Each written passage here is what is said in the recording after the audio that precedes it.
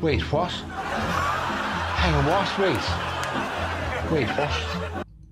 Yeah, an actual daily update. An update a day after the last one. Yeah. I'm posting another update because I'm conscious that the last few updates have been me running out of time, not doing them, so it's been a kind of catch-up dump of updates over several days. And what I kind of wanted to do a little bit this year was just talk about some elements of the Fringe rather than it just be a, here's what I did yesterday, here's what I saw. You might not even have the little intermission in this, I don't know. I'll see when I'm editing it. But what I wanted to talk about today, welcome to my TED Talk on the Fringe.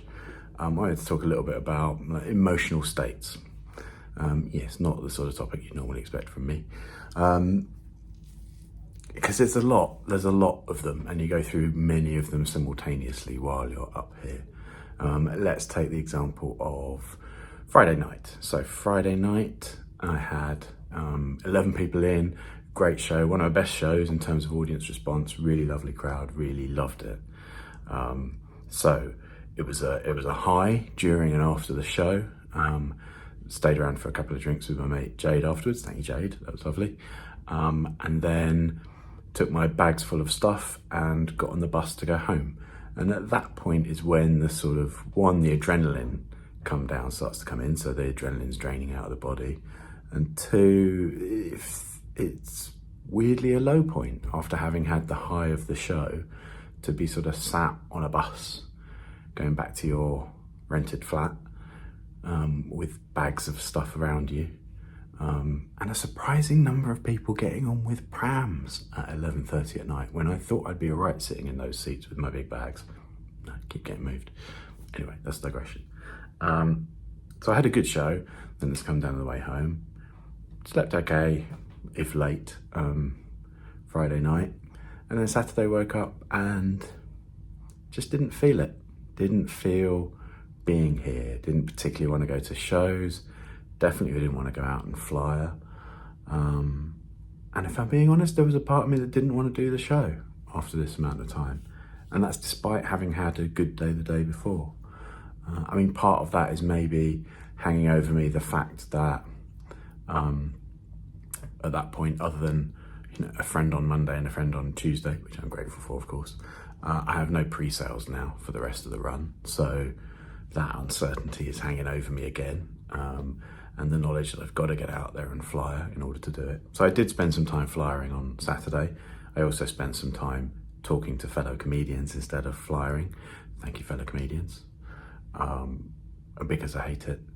But yeah, it's an up and down thing. And then I had sort of 7 people in last night, Saturday's show. And they absolutely loved it. I mean, 3 of them were continuously laughing all the way through, in the right places. They weren't just off their heads. Genuinely good crowd on that one. Yeah, but I woke up this morning more up for it, even though I had quite bad sleep. Something had sort of clicked, and I think this is the weird thing of the Fringe. There's no real rhyme or reason as to why you feel like that. There's just a lot going on at once. You're doing a lot. You're trying to process a lot. You're trying to be a showman and a salesman at the same time. And I didn't want to be in sales. It's a lot. It's a lot going on.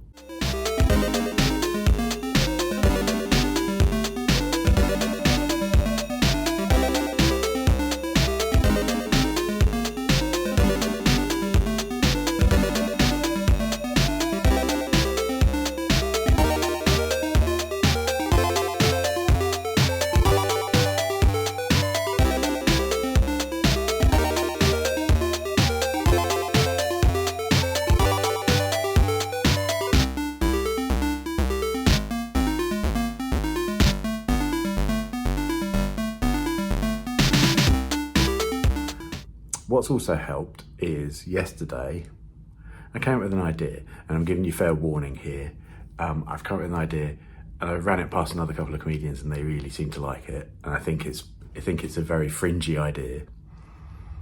So if I have another show where I don't get any people turn up, it's a possibility, or one person turn up, I will do the show and I will live stream it, because as we all know, if there are people there laughing, it's comedy, and if no one's there laughing, it's performance art. So keep an eye. I may do an Instagram live stream very last minute, because I don't know if there's going to be no shows until there are no shows. So keep an eye around 10 o'clock. Not tonight and tomorrow, as in Sunday, Monday, because I do know I've got people coming. But Tuesday onwards, and not Wednesday, because Wednesday's my day off.